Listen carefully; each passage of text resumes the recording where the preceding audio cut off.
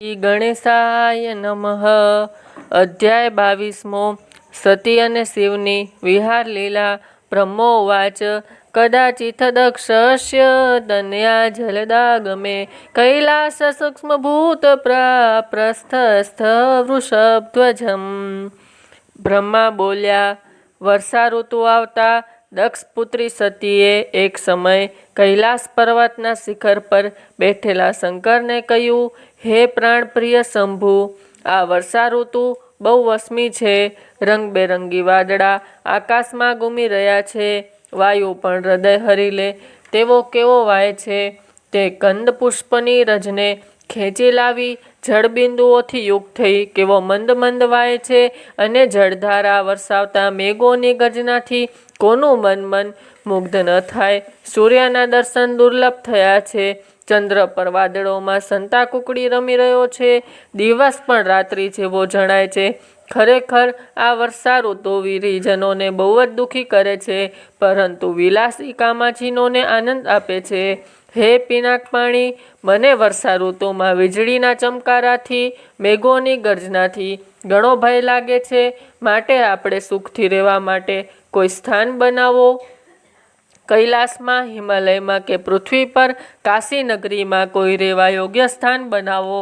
સતીએ વારંવાર આવું કહેવા માંડ્યું એટલે ભગવાન શંકરે હસતા હસતા કહેવા લાગ્યા, હે પ્રિયે, તમે શાંત થાઓ। આપણે જ્યાં રહેવાનું છે ત્યાં મેઘો ક્યારે આવી શકશે નહીં, કારણ કે આ વર્ષા ઋતુમાં પણ મેઘો હિમાલય પર્વતના મધ્યપ્રદેશ સુધી જઈ શકે છે અને કૈલાસ પર્વતના નીચેના ભાગ સુધી જઈને પાછા ફરે છે। હિમાલય પર્વત પર રહેવાથી તમને બહુ જ સુખ ઉપજશે। ત્યાં વસતા સોનેરી પીંછાવાળા અનિલ વૃંદ નામના પક્ષીઓ ઊંચા અવાજે મધુર શબ્દો ગાશે। તે સાંભળી તમે મુગ્ધ બની જશો। ત્યાંના સિદ્ધોની સ્ત્રીઓ તમને ફરવા નીકળશે। તે વખતે મણિજડિત સ્થળો પર સુંદર આસનો બનાવી તમને બેસાડશે અને મધુરા ફળો આરોગવા આપશે। હું હંમેશા જ્યાં રહું છું તે કૈલાસ પર્વત પર નિવાસ સ્થાન કરીએ। એ પર્વત પર સર્વ પર્વતોમાં શ્રેષ્ઠ અને ગંગાના જળપ્રવાહથી વીંટાયેલા છે। તેની ગુફાઓ તથા શિખરો નીચે સર્વદા બ્રહ્મપુત્ર નદી વહે છે।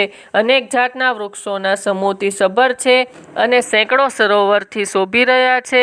તમારી ઈચ્છા હોય તો હું ત્યાં સુંદર અને સગવડવાળું રહેઠાણ બનાવીશ। શંકરના પત્ની દક્ષપુત્રી સતીએ કહ્યું, આપની સાથે હું હિમાલય પર રહેવા ઈચ્છું છું। મને ત્યાં ગમશે, માટે એ જ પર્વત પર આપણે આરામથી રહી શકીએ એવું સ્થાન બનાવો। શંકર સતીને લઈને પર્વતરાજ હિમાલયના ઊંચા શિખર પર ગયા। તે શિખર પર સિદ્ધની પત્નીઓ રહેતી હતી અને નાના નાના સુંદર જળાશયો આવેલા હતા।